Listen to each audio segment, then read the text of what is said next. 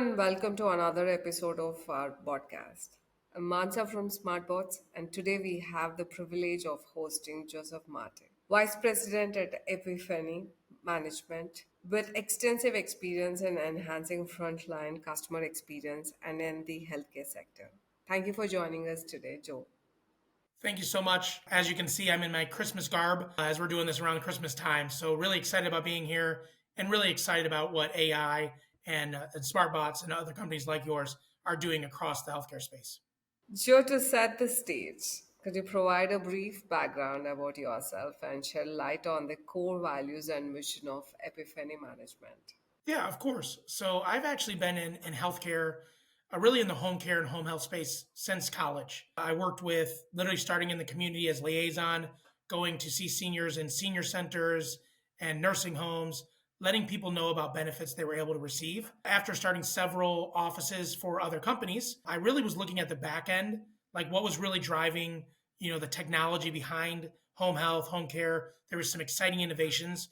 So I actually joined a national electronic visit verification company, which they basically track all the visits in a state or a county and make sure that they're actually getting done to help fraud, waste, and abuse, as well as really see are people getting the care that they want, are getting people getting the care they need, and are they getting it when they're supposed to.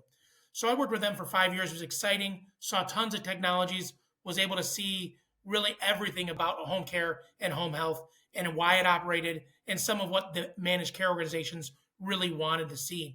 So that, once again, love that job. But one of the things that I saw that correlated was the customer experience. Whether it was an agency manager or the software, it really came down to in this space, what does a customer feel about what they're getting, whether it's a new technology or from their provider. So I chose to work with Epiphany, at that spot because they were doing an amazing job in the Medicaid space of really enhancing, the human element and the human touch to these folks that needed it in the front lines of care. And Epiphany, that's all we do. We focus on, implementation, adoption, and utilization of new technologies, and really being like a high touch method. How do we really get the people to use the technologies, use the services, and point them the right directions to make sure that these people get the service they need? That's amazing, Joe, and thank you for that insightful introduction. It's quite crucial to understand the foundation upon which Epiphany Management operates. Now, building on that, we would like to explore your perspective on how Gen AI is shaping call center operations and its broader influence on the healthcare industry and workforce. I think, a year ago we started going to conferences and we started seeing AI pop up everywhere. And I know you guys have been doing it even before there with like some of the generative, and now you have Chat BT and GPT and all these other tools. And I think the impact is going to be huge on a few ways. Is even some things that we've seen in some demos and utilizing is just seeing now I don't have to have a QA or a manager try to look through these calls and see what the trends are and just mark a few keywords. You can really have an AI tool do all of that for you. So it really speeds the process up. And if there is a complaint or a concern, you can really drive exactly when that happened, how it happened, why it happened, really saving everyone time and really driving some efficiencies. Some of the other things I saw were even now the AI can sense a certain tone, whether someone's angry or they're getting angry, or and different things like that, where they can say, oh, you know what, how can my agent, and they can give the agent prompts to de-escalate the situations. So those are a couple tools that I really think can be successful. I think the last one is, with any program, you have all of these job aids, is what they call them, or tools that they have that usually, as you're on the phone, I'm trying to focus on what the person's saying and I'm trying to find the answer at the same time. With AI can bring that in right away and say, oh, they're asking about this or that. These are 3 articles that you may want to send them, or maybe these are the forms that they need to fill out. So it becomes, I can really focus and meet the need of the caller or the video caller without being distracted, trying to find the right thing, maybe sending the wrong thing. It really brings it all together in a more efficient way, which I think makes the agent happier, as well as I really think it enhances that customer experience.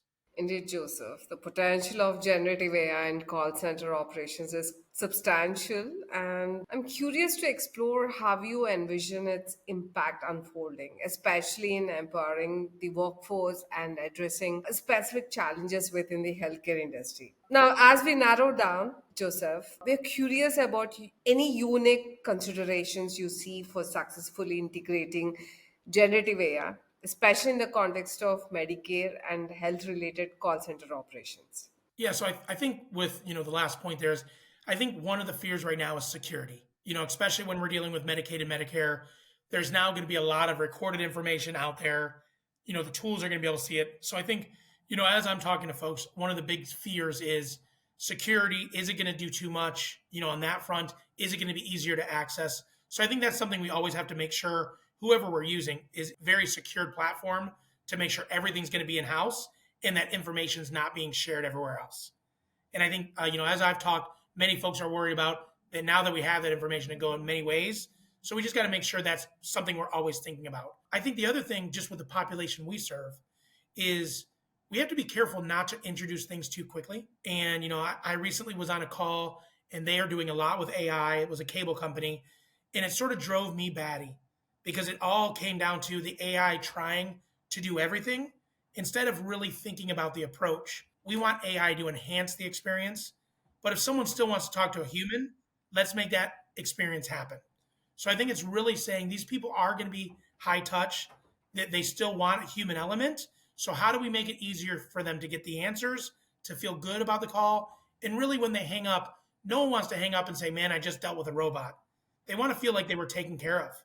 And I think when we're doing this in this space, we have to combine it very naturally so it's a good fit, not just throwing all the technology all at once. Absolutely, and great insights. The integration of generative AI, especially in medical and healthcare related call centers, indeed demands careful consideration. Now, I'm interested to dive deeper into the challenges and opportunities you perceive in aligning this innovative technology with the specific needs of the healthcare sector.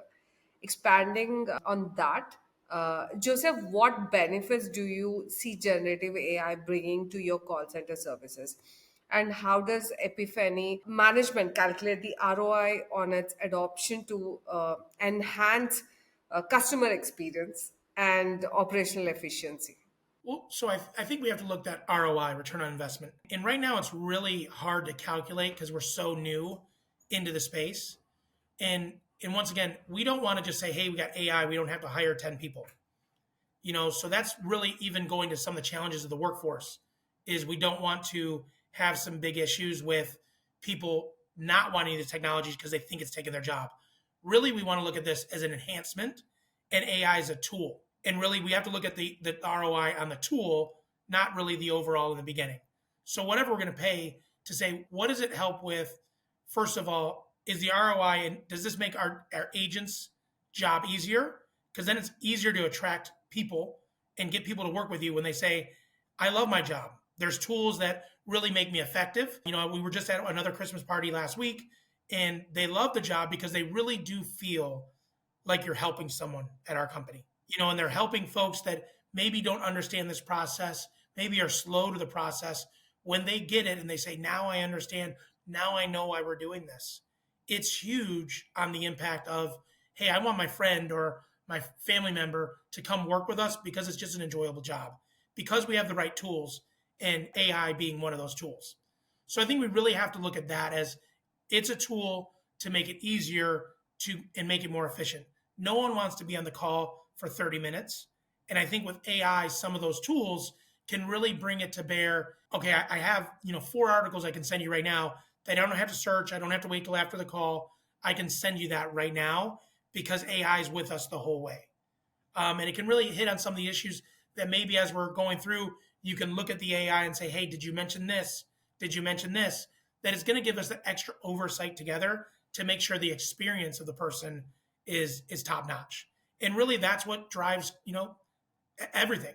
If you can hang up that phone and feel like, "Man, I was taken care of. I'm happy. They solved my issue. They did it fast." That's what's going to make us help us get more clients and drive that satisfaction. And really, that's the ROI. It's in customers staying with us and growing with us because of the tools we use. Absolutely. I think rightly said, we have been on the other side of the table most of the times and situation. But anyway, Joseph, it's clear that generative AI holds transformative potential. Now I'm intrigued to learn more about the specific benefits you envision for epiphany management and the methodologies used to measure its impact on customer experience and the operational efficiency. Now, as we explore further, implementing generative AI can be more complex. What challenges do you foresee in integrating AI into your call center, and how does Epiphany plan to address them? So I think, as we said earlier, a lot of folks look at, especially in the customer service and the customer support, look at AI as, man, these could take jobs, because some of the bigger companies ran with it right away, and they were saying, hey, bottom line, we're saving a whole bunch of money because we didn't have to bring in 50, 100 more agents. And that's all well and good. But then once again, as stated earlier, you're on the call where it's all AI, and I have to just walk through and walk through, and sometimes it can be a circle that no one likes. So I think we have to first off say, change is hard. If we throw too much at a workforce and we don't do it properly, they're going to reject it. And then it's really hard to push that snowball up the hill. So we have to be very, very thoughtful on the process and implement tools that really, as I said earlier, help the workforce say, this is a great tool that makes my job easier, not is going to replace me. And I think that's the other thing that we have to look at is we have to help everyone understand that these tools are there to help you keep your job, help keep you satisfied, and make your job easier. And I think those are the two things that I really on from the back end say that's what we have to do. On the front end, people don't want to be handled by a robot. So back end for my employees, they want to feel safe, they're going to keep their job, and this is a tool they use. Front end for the customers, it can't feel like it's a machine. It's got to be very crucial that when this is rolled out, people have an option to talk to someone live, and people need to know that option, as well as they look at it as well as a tool. That all of this stuff is just a few questions, make it very conversational, so they realize, oh, this was actually pretty easy. When I am talking to an agent, they have all the information. They don't have to ask me 30 more questions because AIs capture that. And this person that's getting on the phone can really solve my issue very quick. So then they are going to respond to, I actually like using AI instead of, oh no, that was horrible. It took me a long time. I went around circles. So when you're implementing, I think the biggest thing is it all has to be thoughtful. It can't be just, we're going to save money because we're going to have this new tool. No, I think the eventuality is yes, you are. But how do we do it so it really does come across that we're helping folks and making it easier, not just trying to save money? Understood. And the integration of AI comes with its challenges. I would like to dive deeper into the strategies and considerations Epiphany is adopting to navigate the complexities and ensure a smooth integration process. So, looking ahead, Joseph, are there any specific aspects of the upcoming AI innovations in the call center space that you are particularly excited about? I think first of all, in our space is there's just we're seeing numerous tools out there that are really helping drive the efficiencies. So even like in the ticketing process, that's been always a very manual. That we got to make sure it's correct, send it over, review. What are we doing next steps? I think AI is really helping with that function. Where it can be very automated. A ticket can be 95% created. You just have to read through it and be like, yep, that's exactly what it was. Change a couple things here and there compared to the old way. So we're seeing some huge efficiencies there. And I think, with new apps, it's amazing how much you're realizing apps are using it and where, the sky's the limit.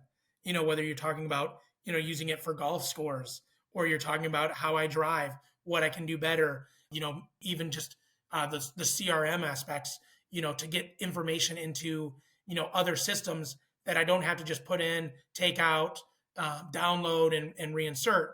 It's now can be very automated and even AI saying, hey, would you like me to put this information here or there, where I don't even have to think about it. AI is already thinking about it. So I think we could have another hour conversation on all of that. But I'm excited. Even I'm seeing stuff with artwork, TV, and the biggest one for me, marketing. There's tons of stuff now you can get On the marketing end, you got to be careful, of course, but it's even thinking when I'm doing posts on LinkedIn, what would Chat GPT say on this? What would generative AI, even having conversations of, different issues that I have with the sales process, that I can actually talk it out and see what AI would give me and how that would message well with me. So I think the sky's the limit. Really excited about, the beginning, where we're at in the beginning and where it could be in the next couple of years. Quite fascinating, Joseph. And it's always intriguing to look towards the future. And I'm curious to hear your thoughts on the upcoming AI innovations and how they align with the vision and goals of Epiphany management. Yeah, so I think, right now we're in the midst. Our strategy officer is really doubling down on, what we want AI to do and where we're going to implement it first and second and third. Because like we said, it can't be, hey, let's go buy a whole bunch of technologies and see what works, especially with AI, because it's big changes. So we're really looking at, we're doing a whole bunch of strategy right now around what's going to be first. Is it going to be back end call center? Is it going to be marketing? Is it going to be, what portion of the call center? And then really, what are we going to implement for our customers on, we serve numerous customers, what are they implementing and how can we make it stronger? What are tools that we want to give them that can, help us, keep that customer, happier. So our strategy right now, we're in the very thick of, our, going into Q1 of really trying to define what are we using on all the tools and what quarters are we going to lay it out. So right now, interesting process of what we need to do, how we need to do it, and really the timing. But we know it's coming and it's something we got to focus on. Now it's just a matter of how fast we can get in there and do it thoughtfully and properly. Thank you once again, Joseph, for sharing your valuable insights on the intersection of generative AI and healthcare call center operations. Thank you so much for joining us on Botcast. Thank you so much. And once again, as you can see, the Christmas. So I don't know when we're going to be out there, but hopefully everyone has a Merry Christmas, Happy Holiday, Happy New Year, and thank you so much for having me today. Thank you, Joe. You've been a truly, truly delight to be on the show, and the conversation has been immensely insightful. To our audience, we hope you found today's discussion enlightening. Stay tuned for more insightful conversations on the intersection of tech and business. This is Mansa from Smartbots signing off until next time.